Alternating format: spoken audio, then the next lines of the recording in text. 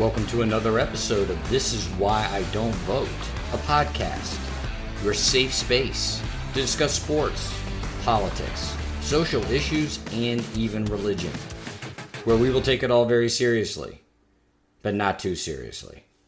Season 2, Episode 27, a shorter episode than I usually publish, and that's over the fact that the topics that I had actually chosen, of course, being a topical podcast, concerned the warrant being executed on the former president's home. And over the course of the week, I record this podcast, I clean it up, I get it ready for Saturday. And of course, by the time I roll around to editing on Friday and Saturday, everything that I've said on Monday and Tuesday is either dated or needs to be amended with the disclosure of new information. So a couple of the segments that I had done got completely scrapped. I had to re-record another segment. It's free content. You're not paying for it, so if you get shorted a little bit, tough shit. We begin where we should, with Trump opening Pandora's box and it coming back to bite him in the ass, not a scant 4 years later. I entertain a conspiracy theory in contradiction to most of everything that I believe in about one Donald Trump classified nuclear secrets in Saudi Arabia. If you hadn't noticed, the New York Metropolitans are a capable baseball team. Is this the death of the beloved meme? Hashtag lolmets, LOL Mets. And finally, an episode 12 recap of Better Call Saul. Thank you all for listening. Please like, subscribe, distribute, write a review, promote, do the things. I really appreciate it. Act 1. Donald Trump and Pandora's box. Lock her up, lock her up, lock her up. If you are a Republican, if you are a tribal Republican, that sounded pretty good in the year of our Lord 2016. One Donald Trump, then presidential candidate, toured the country, barnstorming, railing against Hillary Clinton and her email servers, her irresponsibility, and the criminality of such an act. In fulfilling his promise to make the world a safer place, Donald Trump enacted in 2018 much stricter penalties for people who misappropriate, who even negligently take without permission or store in an unsafe manner classified information. Donald Trump lived up to the promise. He said that he would never let something like this happen. If he were president, he would change the law to make this not a slap on the wrist offense, but ensure that people who commit such egregious acts are punished to the full extent of the law. This one is so simple you don't even need to focus on patterns, how things that are used by one party are eventually used by another in a political sphere, and that you can't let out something that you can't control of Pandora's box. We've talked about Pandora's box in politics before, have we not, dear listener? When it came to impeachment, how impeachment was being politicized by the political parties, and we can expect that the force, that the weight or the gravity of an impeachment hearing is now going to be less severe because it's going to have been a politicized event. It's going to be manipulated by the political parties to impede a president's agenda. If you recall, we discussed as much when we talked about the media and Iraq and the Steele dossier, how the media does not go and verify the truth, the veracity of different documents, but rather, thinking that they're honoring some journalistic tradition, will just report on the fact that the documents exist and that someone else, whether it be a government agency or a corporation, someone else is vetting the documents, is determining whether or not they're true. The mere fact that the documents exist and that someone is investigating, that's a news story. Dick Cheney ran a manipulation playbook perfectly on the media to get the United States into the war in Iraq, and Hillary Clinton ran that same play from that same playbook with the Steele dossier to undermine the legitimacy of Donald Trump's win as President of the United States and to literally undermine his presidency.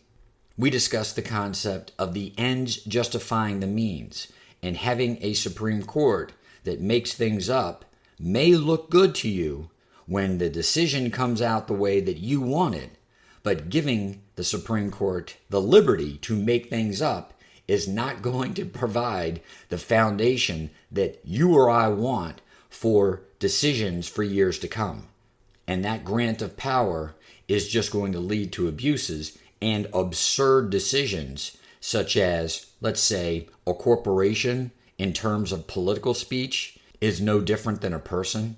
A corporation, which in and of its very definition is a legal fiction, is no different than a person when it comes to donating money as an expression of political speech. You will have had to make some shit up to get to that conclusion. You often don't see these things come to fruition, these patterns, these manipulations come to fruition so quickly. The Republicans opened Pandora's box with impeachment by impeaching Bill Clinton. It comes back 25 years later with Donald Trump. Dick Cheney ran the manipulation playbook on the media in the early 2000s. It was 20 years later that Hillary Clinton ran that same play against pretty much the same media actors. I won't say that there was much of a delay in the Supreme Court having the liberty to just make things up. It seemed like the court in the mid-'80s, from there on out, took the liberty to make things up when they so chose. That might make for a very good podcast episode, reviewing some of the decisions and the logic behind them ever since the Roe versus Wade ruling.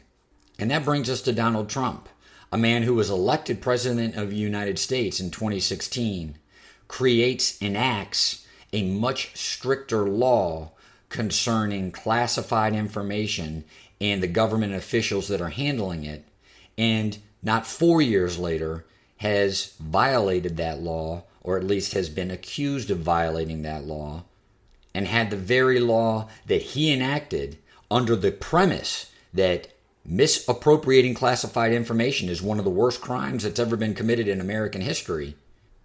His house gets raided in Mar-a-Lago to obtain classified information. To sum that all up, Donnie, you fucking idiot. You opened Pandora's box. Act 2. Classified nuclear documents and Saudi Arabia. I don't like conspiracy theories, and I don't want to engage in any. And having said that, I'm going to entertain a conspiracy theory that is making its way around the internets, the social medias, and that has to do with the documents that Trump took from the White House, had in his possession, and evidently this was known to senior officials in the Biden White House, within the Department of Justice, the types of documents, and it turns out they asked for Trump to return those documents, and whether or not it was through aides, whether or not it was Trump directly, that request was either refused or Trump said he didn't actually possess the documents that they claimed that he possessed. Those documents being documents of nuclear technology. Now, the conspiracy theory is that these documents, these nuclear documents, were going to be provided to Saudi Arabia so that Saudi Arabia could begin developing its own nuclear weapon. This theory, I believe, is 100% accurate. It's one of the few theories that I've ever seen spread on the internet that as soon as I saw it, I thought that is completely in line with who the Trump administration is, who Donald Trump is, and how the Saudi government operates. The Saudi government has pretty much bought all of Washington, D.C. They are major players in a number of the largest tech companies on the west coast of the United States, hell, on planet Earth. I've discussed here in this podcast the fact that that Saudi money is now going out into sport, buying my beloved Newcastle United. There's now the Live Golf Tour, LIV Golf Tour, and that is now buying off a number of the top golfers around the world, creating a tournament that's not really a tournament. I think if you make the cut, you are instantly going to make some money, regardless of where you place after the tournament is completed. And apparently, and I don't know that this has actually been verified, but the Live Golf Tour had an event at Trump's golf course in Florida at Mar-a-Lago. And evidently, Trump, the golf course, it was paid $100 million to host that event. $100 million. Further support of this theory that Trump would be willing to pass nuclear secrets to Saudi Arabia so they could independently develop their own nuclear weapon. Look at the cringe press conference that Trump gave when Saudi Arabia was buying all of those weapons from the United States, and Mohammed bin Salman was sitting next to Trump as he pointed to the pictures on that whiteboard. And by the way, MBS understands English a hell of a lot better than he lets on. He's just like Putin. He is selectively ignorant when he needs to be when it comes to his understanding of the English language. Add in all of the things that Trump said about the killing of Jamal Khashoggi, the fact that the September 11th attacks had not really been tied to the Saudi government, that there were still investigations going on and that no one really knew what happened. Anecdotally, I'd seen a story where MBS had bragged that Jared Kushner, Trump's number one guy, his daughter's husband, had passed along classified information to the Saudi government and was an asset or a resource for classified information. And all of that is very good circumstantial evidence. The one thing that put me over the top was the MBS overriding the Saudi Public Investment Fund's managers investing in Jared Kushner's new hedge fund. If you are not aware of this story, Jared Kushner, after Trump lost the election, went and started a hedge fund. And he needed a lot of money because he had made a ton of terrible real estate investments, and many of them were actually coming to a head. He had a number of balloon payments that he had to make, and he needed money, and he needed money quickly. He started this hedge fund. He took the fund first to the Saudi Arabia Public Investment Fund. That is the arm of the Saudi government that's gone out and invested in so many different businesses around the world, that bought Newcastle United. That's the funding source for the Live Golf Tour. Kushner brings this hedge fund to the Saudi Public Investment Fund. They do their research, they do their analysis, and their conclusion is, hell no, we're not investing in this. It doesn't look like this guy knows what he's doing. It looks like we're bailing him out of bad debt, and it doesn't look like there's any real plan on how this investment is actually going to turn a profit anytime soon. Hell, ever. Mohammed bin Salman overrules the Saudi Public Investment Fund, and they go ahead and make the $2 billion investment. Why, you would ask, dear listener, why would all of this be in service of getting these nuclear documents? As we have seen throughout the world, when you have a dictatorship, the one thing that can keep that dictatorship in power is the ability to arm itself as a first world nuclear power. One of the dumbest things that Gaddafi ever did, Muammar Gaddafi in Libya, was give up his nuclear technology and his nuclear armament. Now, granted, he did not actually develop a nuclear weapon, but his country, his scientists were well on their way to doing it. And as part of an accord that was made with the United States and with the Western world, he decided to give up all of his equipment and the pursuit of a nuclear armament in order to stay in power. Fast forward 20 years later, with the Democrats in power, hope and change, and his Secretary of State, Hillary Clinton, and they deposed Gaddafi, and Gaddafi had nothing to stop them. North Korea stood up and took notice. Syria stood up and took notice. Saudi Arabia stood up and took notice. Now, the U.S. didn't topple Gaddafi. The U.S. set in motion events that would allow the people within the nation of Libya to topple Gaddafi. We simply don't appreciate what a dictatorship is. The dictator does not give a damn about his own people. The first and best example of that is Syria. If the people are going to rise up against you, you use what means you have at your disposal to put them down. If the people know that one of those means is a nuclear bomb, they're going to be a hell of a lot less likely to ever rise up. So for a dictatorship, a nuclear weapon is not only leverage on the world stage, creating this balance of power, it is a security blanket, if not a cudgel, against a popular uprising by the people of your own nation. One of the most interesting elements of this theory and this story is how many people in our government actually believe that it would be not only in the United States in its national security interest, but in the interest of the Middle East and the world at large for Saudi Arabia to obtain a nuclear weapon. Saudi Arabia is willing to pay the son-in-law of the former president of the United States $2 billion in a hedge fund that is no more than a debt relief vehicle for bad real estate investments. How much more money have they flooded into Washington, D.C.? How many more legislators, how many more bureaucrats have been won over to the side that Saudi Arabia is ready to become a nuclear power? So while I sit here and proffer such a theory, I don't know that anyone's ever asked the question of the former president whether or not he supports Saudi Arabia becoming a nuclear power, whether or not that question's been asked of Jared Kushner. The reason why I bring this up is that if Trump runs for president of the United States again and wins, is one of his executive agendas going to be to empower a state like Saudi Arabia with nuclear plants, nuclear technology? It is completely in line with who Trump is, that if he did not win the election in 2024, that he would be capable of passing on to Saudi Arabia this type of classified documentation to serve not only the interest of a relationship that he and his family hold so dear, he may actually believe in that mission, that Saudi Arabia should be a nuclear power.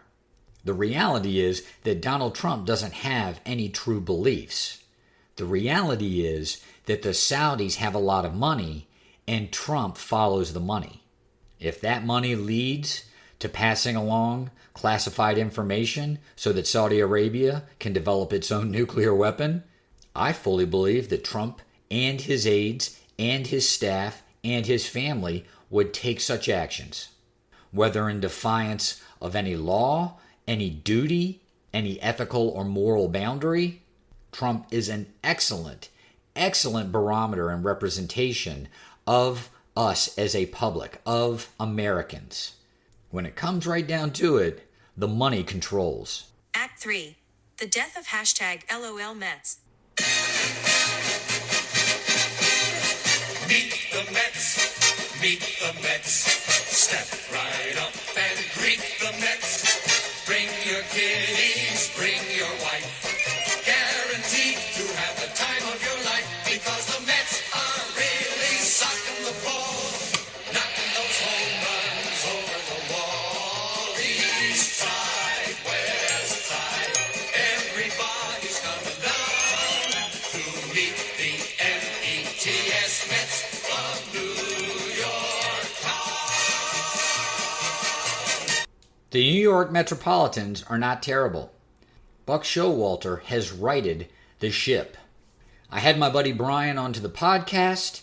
We talked about the state of affairs in the National League East, and we both speculated as to what would happen when the Braves came to New York to play the Mets in a 5-game series after the Braves had gone on such a long winning streak.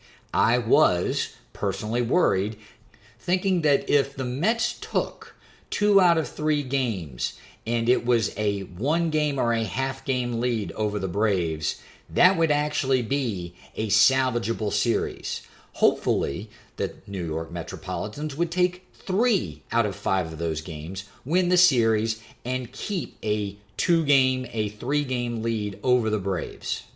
4 out of 5. The New York Metropolitans take 4 out of 5 of those games from the World Series champion Atlanta Braves. What do they do for the rest of this week, the week leading into August 12th, the year of our Lord 2022? Well, it's the Cincinnati Reds. And what would be typical lolmets? What could be more Metsy if after having won 4 of 5 from the World Series champion Atlanta Braves, the Mets go and play the Cincinnati Reds and drop 2 of 3? Nope. Sweep the Reds and do so in a convincing fashion. The Mets are a capable baseball team in the field, on the base paths, and they actually hit the baseball with baseball bats.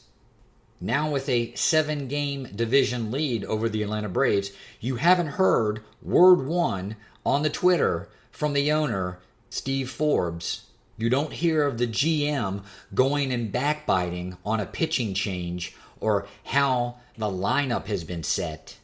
The players on the team actually seem to get along with one another. They actually speak highly of one another. I feel all tingly inside. It's so foreign to me. What is this? Is it optimism? Is it hope? I can state right now, on August 12th, that the Mets, even if they don't win the World Series or they have the kind of postseason success that everyone in New York hopes that they can, aspires for them to have, with Buck Showalter at the helm, this is now a capable baseball team and will be for years to come. Can you believe it, dear listener? This may be the actual death of lolmets. Act 4, Episode 12 recap of Better Call Saul. I believe I've said this before when it comes to great television. It's as entertaining to speculate about how a show, a television program that you have such an affinity for, it plays out over the course of a season, a number of seasons, its lifespan. How do the plot lines resolve? Where do the character arcs go?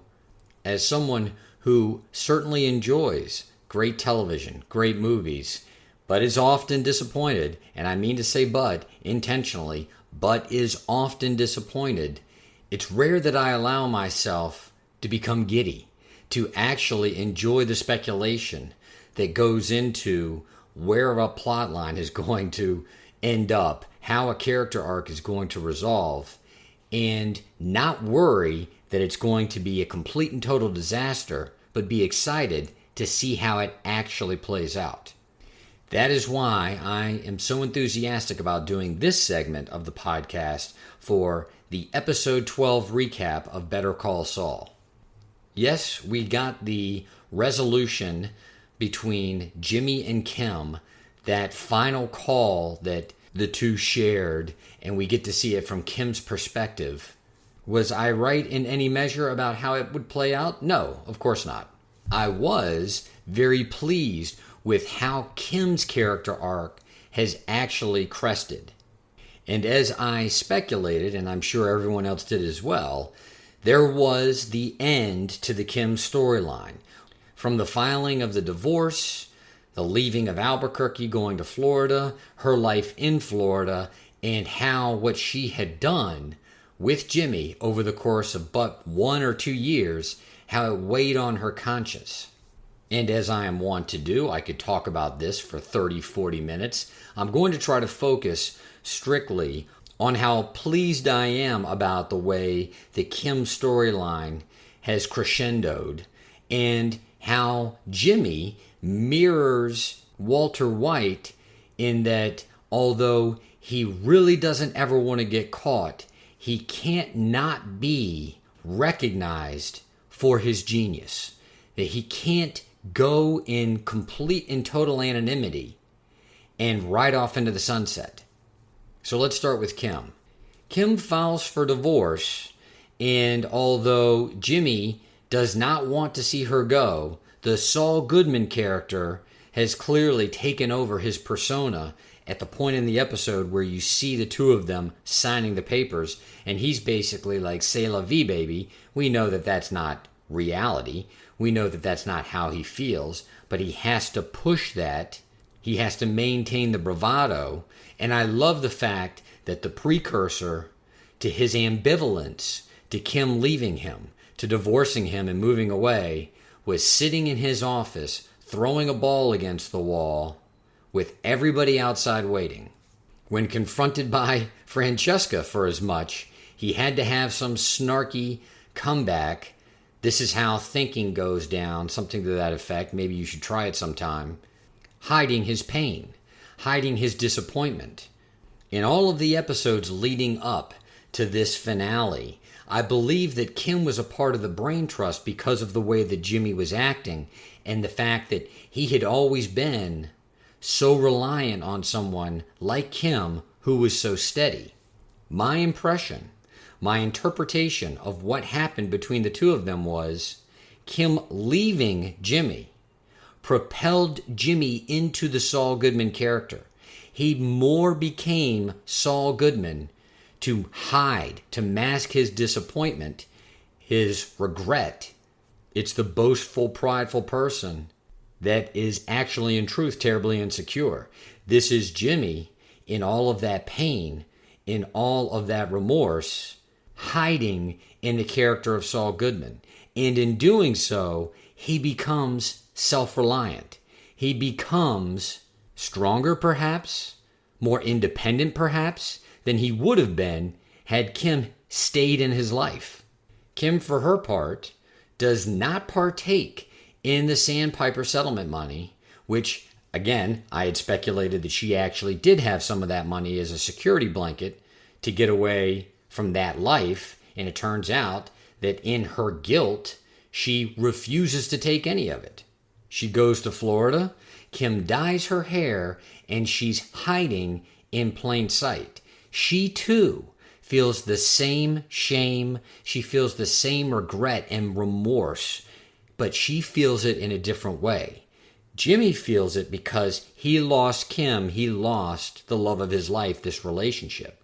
Kim feels it because of everything that she and Jimmy did, the person that she became when she was with Jimmy.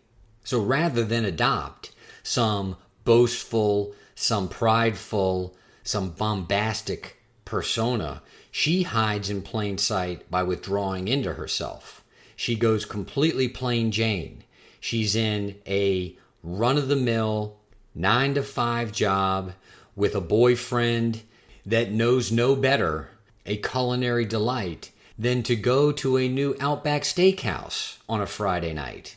Kim ponders with such a man the efficacy of using fake mayonnaise for potato salad versus real. Kim pines over whether or not the deviled eggs took the right shade of scarlet and gold to represent the Fighting Seminoles of Florida State University. Focusing all that talent, her ability to manipulate words, to sell sprinkler parts. That would have been her life, to hide in plain sight and withdraw within herself, but for the call from Jimmy McGill. I had to reflect on this. This, to me, is a key point in the Kim Wexler story. Just as I said last week, that the Jimmy McGill Saul Goodman character turned the entire character arc of Walter White.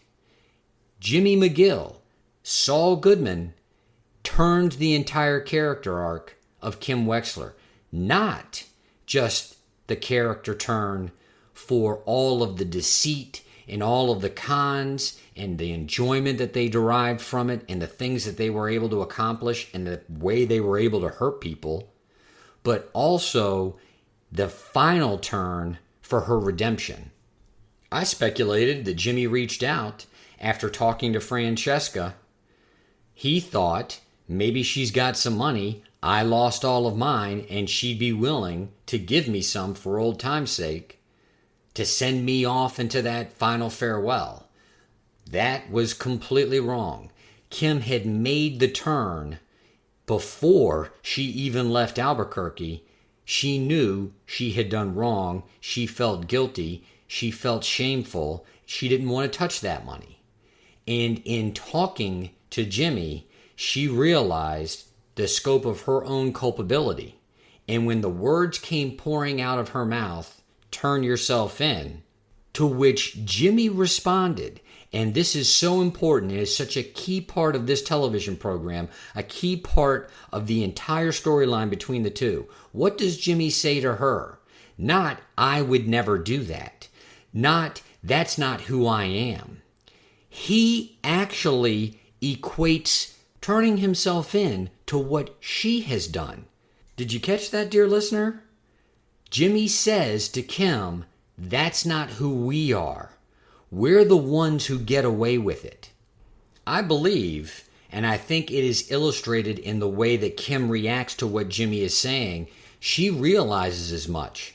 Although Jimmy turns into Saul Goodman, and Saul Goodman turns into the consigliere for a drug kingpin and has to disappear, she did the same thing. She may have disappeared in plain sight, but she did the same exact thing. She ran off, she assumed a new identity, and she got away with all of it. I believe in her own mind, Kim Wexler thought to herself, how can I suggest to this person that I committed all of these acts with, that he should turn himself in when I am sitting here having assumed a new identity, hiding in plain sight, and am just as culpable for many of the things that this Saul Goodman character, this man that I used to love, Jimmy McGill, that he is guilty of as well. And I also believe that the Jimmy McGill that Chuck knew to be the true Jimmy, the one that could be Saul Goodman, the one that could be this Gene character, that the true Jimmy realized in that phone call with Kim, Kim's not on my wavelength. We are not on the same page. She does not see this the same way that I do. The Kim Wexler that I knew would never suggest that we turn ourselves in. That, not money, that realization that he's alone, that even though Kim is out there living an assumed identity, she's not doing it biding her time. She's doing it out of shame and guilt and remorse, and is actually looking for salvation. As much as Jimmy may have been disappointed and heartbroken and frustrated and remorseful as he was bouncing that ball against the wall in his office under the Saul Goodman persona, it's when he is the Gene character in this phone booth banging the phone that he realizes, I'm truly alone. Even though Kim may have reached out to find out whether or not I was alive or dead, having talked to Francesca, she has turned completely away from the woman that I had married and that I had done all of these things with. Under the weight of that realization, Jimmy attacks the phone. The way that it was written, the way that it was built up, the way that both actors executed the scene, brilliant. The Kim storyline from there is rather straightforward, that in her guilt and remorse and her shame, realizing that really she's no different than Jimmy, whether or not he's Saul Goodman, whether or not he's this Gene character, that she's hiding from what she did with Jimmy, and that she needs to make amends, that she is still seeking salvation, and that she can't live this nondescript life and think that anything is going to get better. I don't need to go in to any detail trying to break that down, but I did think that Rhea Seehorn, when she's riding the bus back to the airport after having dropped off her rental car and she just breaks down and lets it all out, that was an extremely powerful moment, and that may very well be the siren song for the Kim Wexler character. We may not see her again in the final episode. And that brings me to the Gene character in the house of the final mark, a moment's notice, a breath away from getting away with it, and he just has to savor the moment. He just can't let himself slip out like a ghost in the night. As soon as Jimmy makes the turn to go back into the house, I had an immediate flashback to Walter White, the dinner where he and Skylar and Hank and Marie are having a bottle of wine, and Walter imbibes a little too much and gets a little too braggadocious about whether or not one Gail Bedecker could have been the mastermind of a meth empire. Jimmy loved being the Saul Goodman character. And he loved being the Saul Goodman character because everyone knew who he was, that he was a criminal attorney. As Jesse Pinkman once famously said in the parking lot of the law office to one Walter White, we don't need a criminal attorney, we need a criminal attorney. The con man that was Jimmy McGill, the Slippin' Jimmy from years gone by, he no longer needed to work these long cons, to work over these low-dollar, low-budget marks. With a law degree and the right set of clothes, he could become Saul Goodman. And although polite society would see this person as a pariah, Jimmy McGill saw Saul Goodman as the pariah that stuck his middle finger into the eye of the establishment. He liked walking into some of the finer restaurants in the clothes that he was wearing with the people that he would associate with.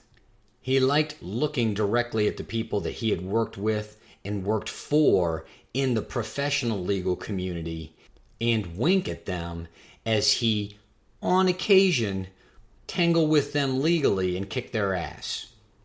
That man was always biding his time as the Gene character, waiting for the opportunity to make his next move. Fear kept Jimmy McGill in line, in character more accurately, but once that fear started to fade, and once Jimmy realized there was a chance that he was going to get away with it, that old Slippin' Jimmy came rushing back. Again, Chuck said it best, he just can't help himself. So Jimmy had to make that turn.